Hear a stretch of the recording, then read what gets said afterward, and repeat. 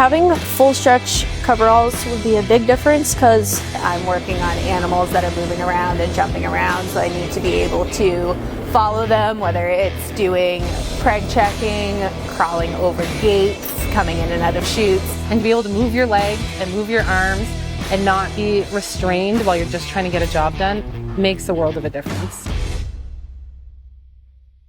Hello and welcome to the Rural Well. I'm Bridgette. I'm here with Lauren, and we are thrilled to have you with us.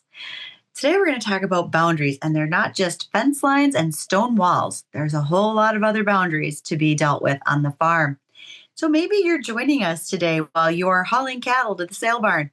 Perhaps you're hanging out some fresh sheets on the line to dry.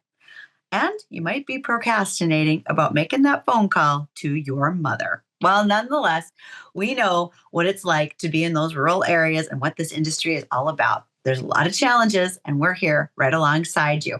We cannot wait to connect and inspire one generation and legacy to the next. All right, Lauren, bring your fencing pliers with today if we're going to talk about boundaries. Oh my goodness, I can't help but tell a story right off the bat. I remember, and I don't know if I've told this story on the Rural Well before. So if I have, for those who are listening, I would just kind of tune that out for just a second because it's such a good example of boundaries. One year, my kids were little and we had this knock at the door. And when I went to the door, I could tell even through kind of the screen door, this lady was mad. She was ticking. Yeah. And so I cautiously opened the door and I said with my nice chipper, "Can I help you?" And she thrust out her arm and there was a long red mark right down her arm. And I knew exactly what had happened. And so I said to her, "Well, help me understand, like, tell me why you decided to crawl through my electric fence. Because you've got an electrical burn, kind of thing." I didn't tell the electrical burn piece, but I said I knew right away she had tried to crawl through our electric fence. So she said, "Well, I want to take a picture of the lambs in the front paddock, And I said, "Now that you recognize there's a boundary there for a reason, I would be happy to take you to see those lambs." You see, the issue wasn't that you wanted to see the lambs. The issue was how you went about doing it. And so often that's the issue around boundaries. We have to set boundaries, not because we want to be mean to people. And it's not just actually to keep ourselves safe. A lot of times people think we set boundaries to keep ourselves safe, but it's actually more so it's to force the person on the other side of that fence to get the skills, to become resourceful, to learn something new. I was doing some work on some theoretical orientation for one of my papers, and it talks so much about the understanding of our desire to be constant learners. And so when I think about farmers, when I think about the farmers I work with and know, we are constant learners. And boundaries are no different. It's a choice to learn about what do we need to do to protect ourselves, and what do we need to set, what boundaries do we need to communicate in order to ensure that the other person on the other side of that boundary gets resourceful. So I'm going to be a little bit of a challenge for a second. There's a lot of times you have multiple generations on a farm. Absolutely. Whether it's generational or just that particular person, they may say there's no such things as boundaries. So for those of us who feel that I need to set a line of what I'm willing to do, not do, what we can or can't cross as that line, that boundary, what could be a good response back to someone who says, I don't think there's such a thing as boundaries? Does that just mean respect for you? Well, no, I mean, the reality is most often we need boundaries even sooner. And what happens most often on our farms is we didn't actually set those boundaries early enough. So for instance, I've had couples who come to me for counseling services and they're like, oh, my mother-in-law, like we bought a house 10 kilometers from the farm because we wanted to create some distance. But the farm next door went up for sale and my mother and father-in-law bought that farm right next door and they drop in all the time. There is some clear boundary line violations.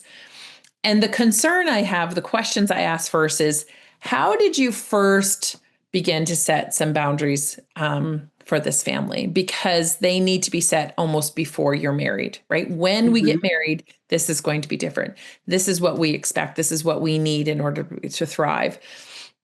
And certainly in situations where you have some really pervasive boundary setting violations, like the example I gave you just a minute ago, you absolutely need to have some professional kind of mediation or a therapist involved, if possible, simply because those are some really strong violations of privacy and boundaries and that sort of thing.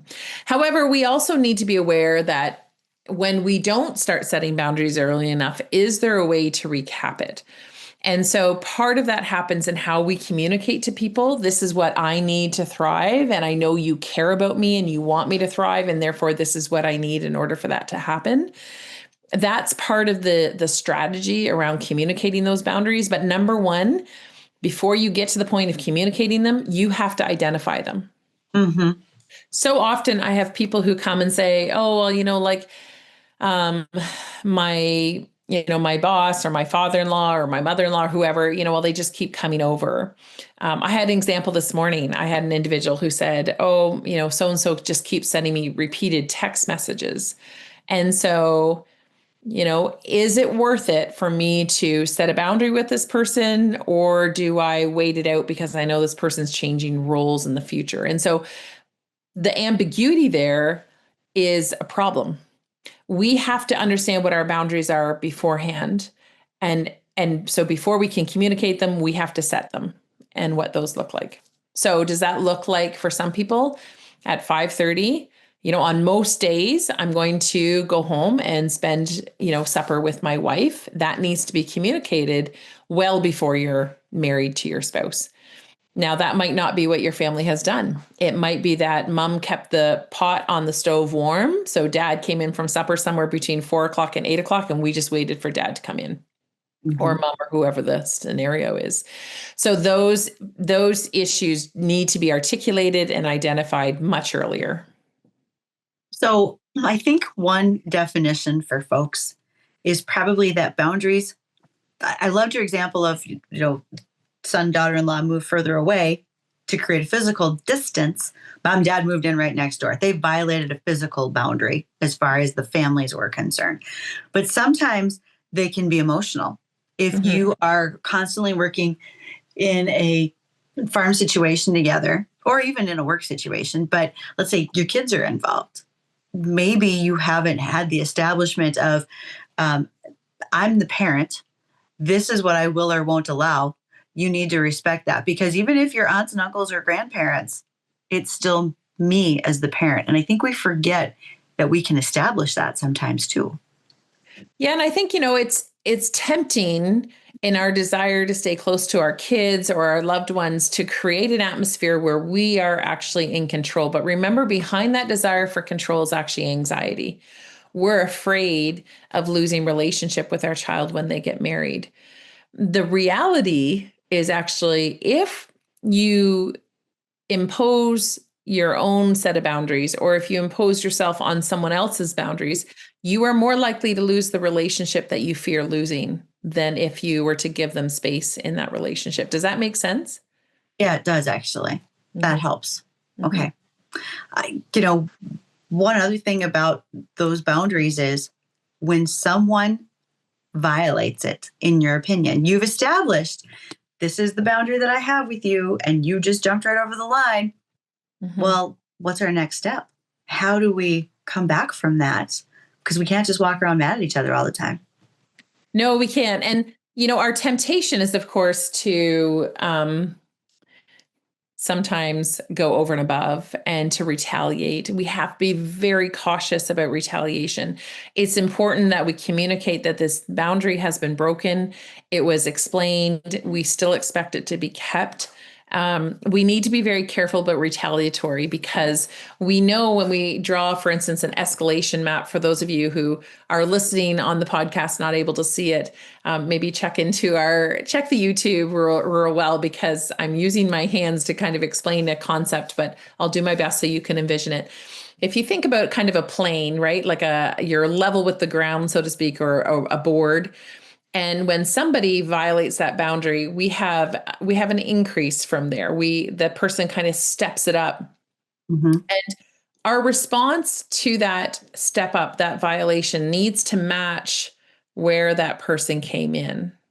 If it doesn't, and we start to retaliate and we go above, we're above like this. Well, the next person's response, they get defensive and they go up here. And before you know it, Oh, things have escalated and blown way, way out of control than what anybody had anticipated. Now, the other piece to keep in mind is that sometimes happens when we have buried stuff, when we've buried stuff, when we have not been communicating for a long period of time about hurts, about frustrations and irritations. I'm not saying that every irritation needs to come out and every irritation needs to be pointed out. So hear me on that. sure. But when we've been in a situation where boundary lines have continually been broken and people aren't curious and people aren't showing respect for one another's space, we're more likely to have what we would call emotional vomit or emotional barf. I think that's really not pleasant for our listeners to think about, but that's exactly what happens. But you have to use that kind of term because it's the perfect description. It is exactly what happens when we go through that stage where we're kind of emotionally, everything is coming out. Nobody likes it. It's smelly. It's stinky. Nobody wants to clean it up. And here we are with all of these things that we've said. And sometimes we end up saying things that we would not say normally, right? We would have a bit of a filter on. We would choose to say things a little bit differently. And yet in this scenario, we have just dished it out. And when we've put ourselves in that position, that's actually a sign to us that we needed to start having these conversations much sooner because we have held on to things for so long where it finally is like, I can't anymore. And it just explodes. And instead of having that explosion, ideally we use curiosity. Right. Ideally, we've come oftentimes with boundaries. There's a lack of identification of a boundary, or, somebody's not speaking to us anymore and we don't know why. So instead of having that conversation that says, hey, you know what? I'm wondering if there's something that's going on between us because I've noticed this, we just hold on to it. Mm-hmm. And we pack it away for a few months. And then a few months later, another thing happens and we just pack it away. And before you know it, we've packed so much away. We have no choice, it feels like, but to emotionally, we always have a choice. Don't hear me there, but it feels like we don't. And so we emotionally vomit. And that happens on our farms all the time. Maybe before you know it, we've got people who are mad at each other. We often, unfortunately, see times where parents are blaming in-laws that have come into the family because before that in-law was here, my son or my daughter would never have spoken to me that way. Everything was sunshine and roses when the reality is maybe it wasn't, or maybe it needed to change. And maybe we need to grow from this process, right? Maybe we need to be willing to listen and to hear differently than what we have before. Sorry, go ahead. That's a big deal where you said where we maybe have to do this differently and grow from what we had before. That makes a big difference to many people. Yeah. No, it does. It really does. And so when we think about boundaries, I think we tend to think this hard. I loved in the intro how you talked about like stone walls or fences. They don't always have to be stone walls and fences. Sometimes they can be, preferably we start it much earlier and we talk about these things from a place of listening. For those of you who feel like your boundary lines are often broken, it's a real indication of somebody's got some anxiety in the relationship and we need to get to the bottom of that. Mm-hmm. And I think if there could be a takeaway for farm families, whether you're the younger folks coming in, if you're the parents or grandparents who are part of it, don't ignore, but be willing, like you said, to use the curiosity and say, I've noticed this. Could we change it? I've thought about this. Could we change it? Because the longer you let it go, just like we talked about, that explosion of emotion and usually a bad way is just going to happen. Especially when we have multi-generational farms, we can say, help us understand, how did you handle this with grandma and grandpa? How did this, because ultimately these are not new experiences. And so we need to be willing to get curious and to understand, how did we come to this place and how is it different with this generation than it was with the one before it? Because it is different. It is. And so I I have an example to that. I grew up on a family operation where grandma and grandpa were on the farm. My mom and dad were on the farm with us as kids. And I didn't know it at the time because I was about a kindergartner's age, but I remember hearing later in life, it kind of got to the point where somebody needed to move to town. And that turned out to be grandma and grandpa, got off the farm, moved to town. So I was very used to growing up on that farm where as a kid, I could come bursting into my grandma's house, and then after I grew up and left, my brother had our farmhouse. So I could come bursting into that house anytime I wanted. And then my brother got married and his new wife came home to the farm with him. And there was a day that we got to the farm and I, of course, was ready to just go barging into the house. And I was going to take over making lunch that day because everybody was in the field.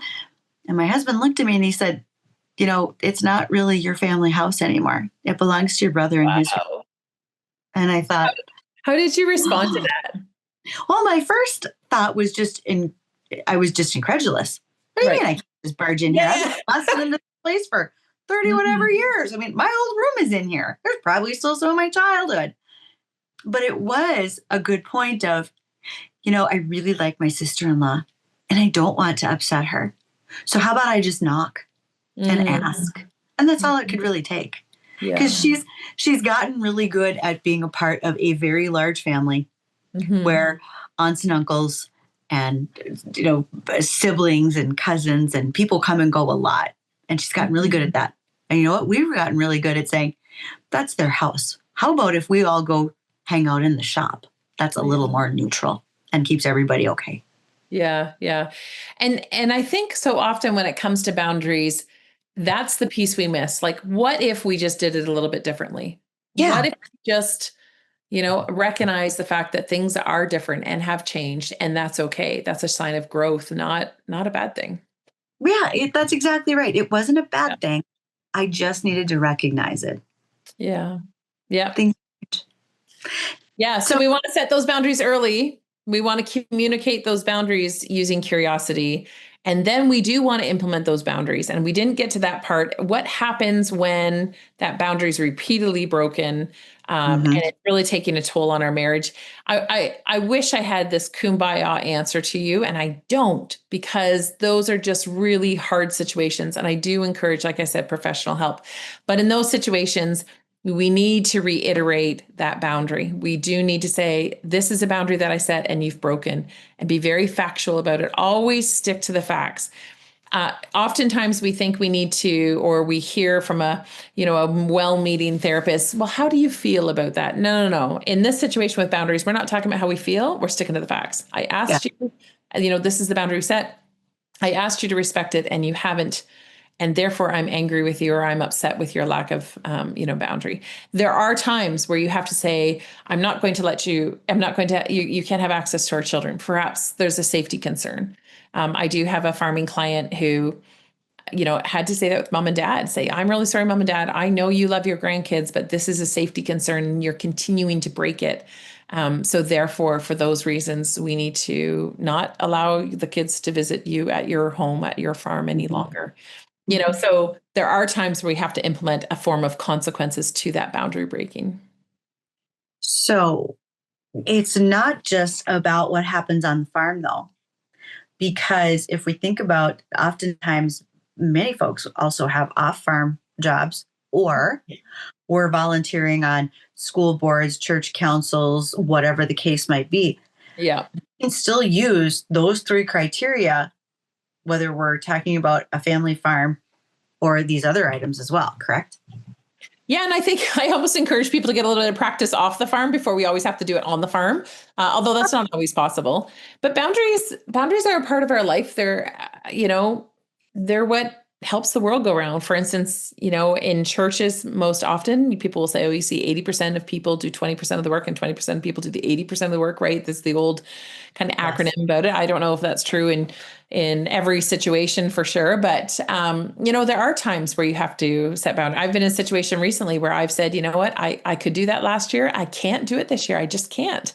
And, despite best intentions, I get phone calls or requests and I have to remind people that no, you know what, this is the year that I'm not saying yes to those things. And I have to, honestly, I'm in that position where I have to be able to do that for myself or for a family member who needs extra care, that type of thing.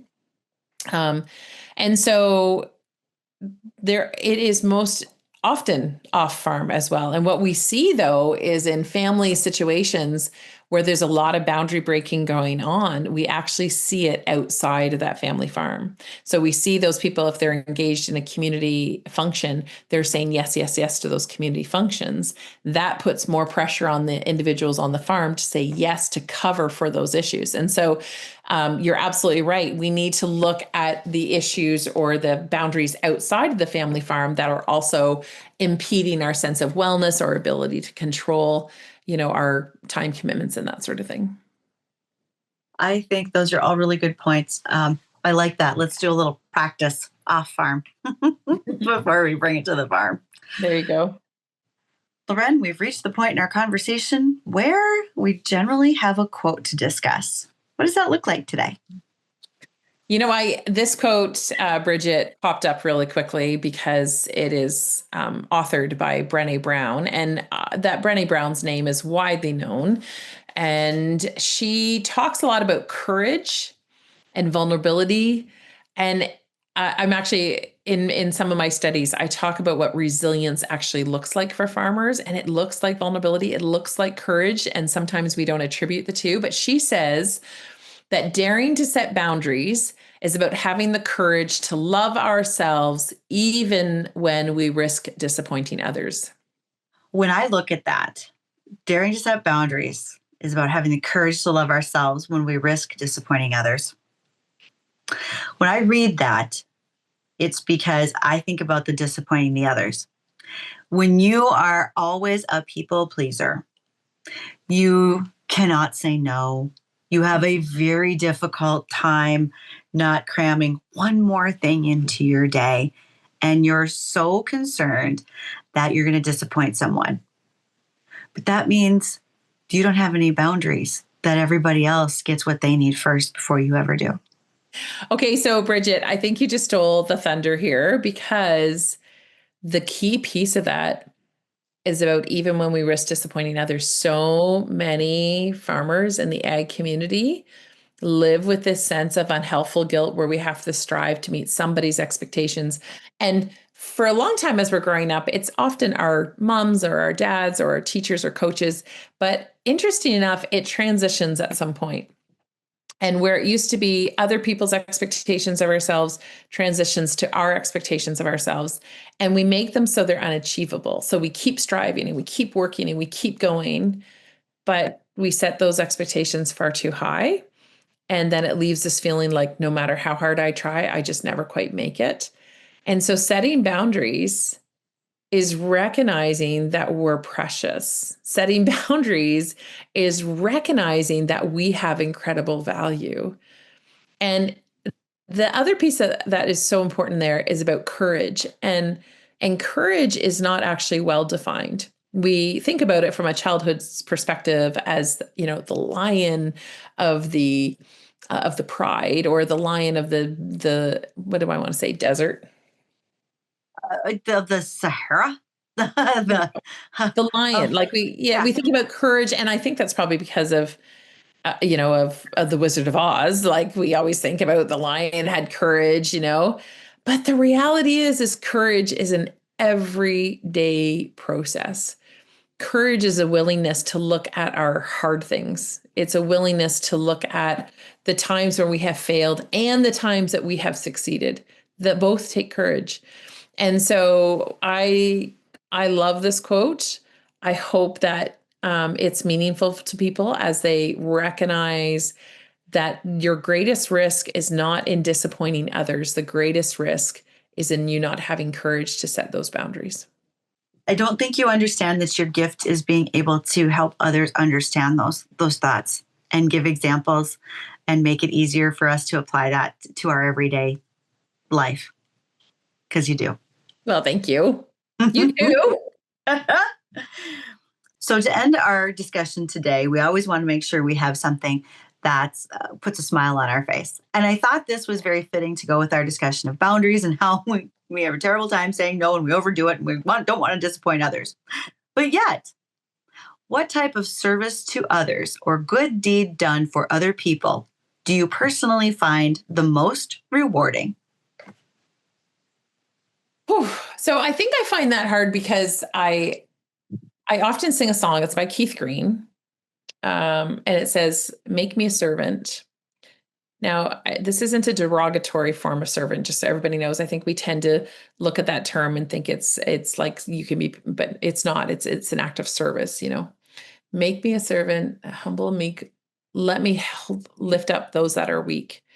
It's an old song that I sang as a kid, actually, which is so interesting. But in times where I feel utterly exhausted, that's actually what I sing. Like, no, Sure. let me find this place. So I don't know if a lot of people who are listeners know a lot about my life, but I am a foster mom, and we've welcomed recently a young gal into our home. And because of confidentiality, I can't tell you very many details.